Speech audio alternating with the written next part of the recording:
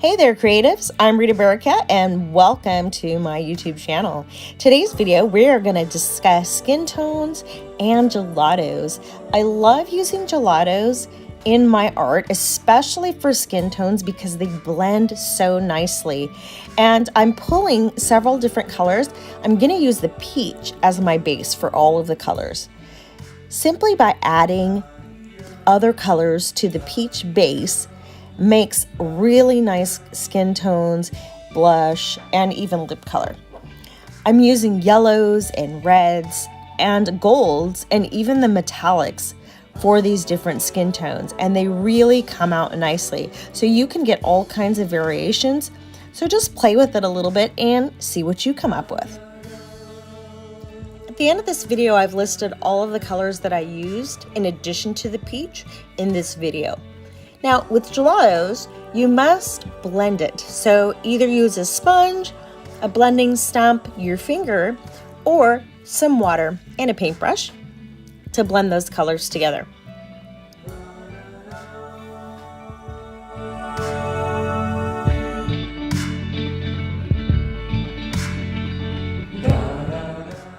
So I pulled a few gelatos and I'm going to use them to do a loose drawing.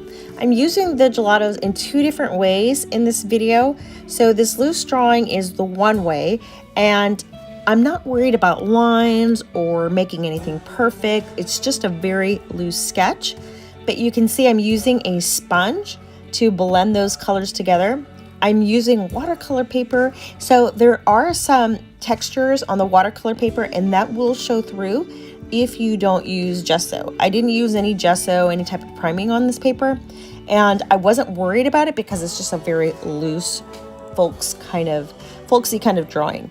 Now, if you're concerned about lines or the gelatos making those textures underneath and you don't want to see them and you want something very smooth, I would suggest to you two things. One, to gesso your surface and then add your gelatos, and you can use gelatos on a palette or a paper plate and draw it on there and then pick up the color that way with your sponge or with a wet paintbrush and then transfer that onto your paper, and that way you can get a little bit more control.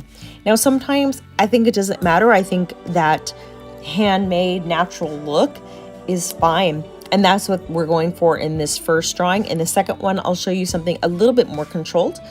Now, on here, I just wanted to let you know that everything that I am putting on the paper is all gelatos. So sometimes I'm blending with a sponge, sometimes I use my finger, and right now I'm using a paintbrush, dipping it in the gelato color and lining those eyes. So everything that you do with paint, with markers, with pencils, you can do with your gelatos. You just want to remember to blend it.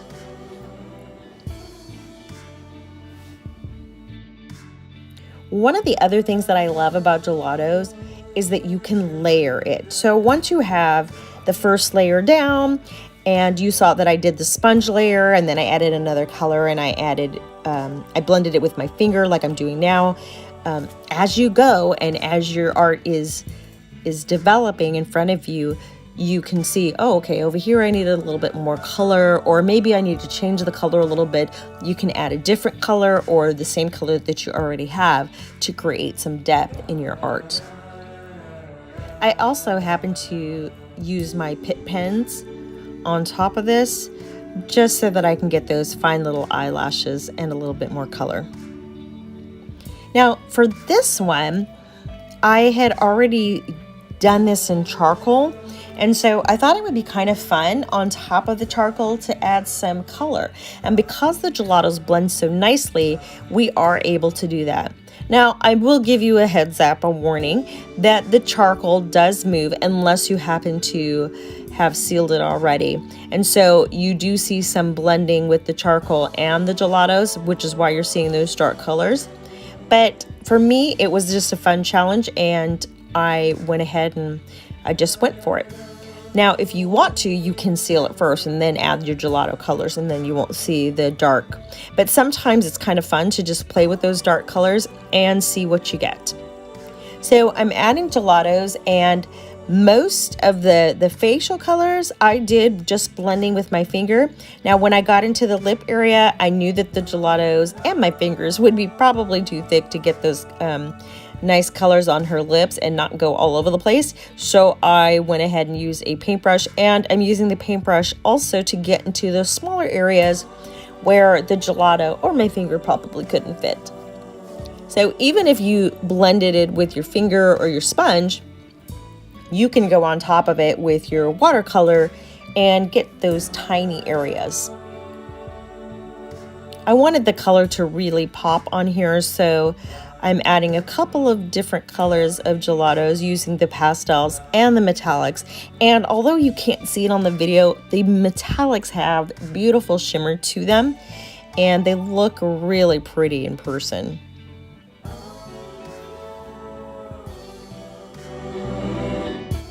I am going back in with the charcoal pencil just to add details to those big giant eyelashes that I wanted to have there. I also went in on her forehead with a wet paper towel and just kind of lifted some of that color because it was so dark with the charcoal mixed with the gelatos. And I'm adding the gelatos back in, blending it with a wet paintbrush. And I'm going to do the same thing under her eye because that just seemed a little bit too dark. And I'm just lifting it with a little bit of water, wiping it on my paper towel, and then blotting that area with the paper towel to just kind of lift some of that charcoal and adding the color back in so that it blends nicely. So here's the finished result. I hope that you liked these techniques in these videos and that you'll give this video a thumbs up. Here are the colors that I used. You can pause this and take a screenshot of that. I wanted to also share with you all the beautiful different colors that the gelatos come in and give you the links if you wanted to get your own gelatos. And make sure that you know where you can find me, Rita Barakat at ritabarakat.com. Make sure you subscribe, and I will see you in the next video. Thanks for watching.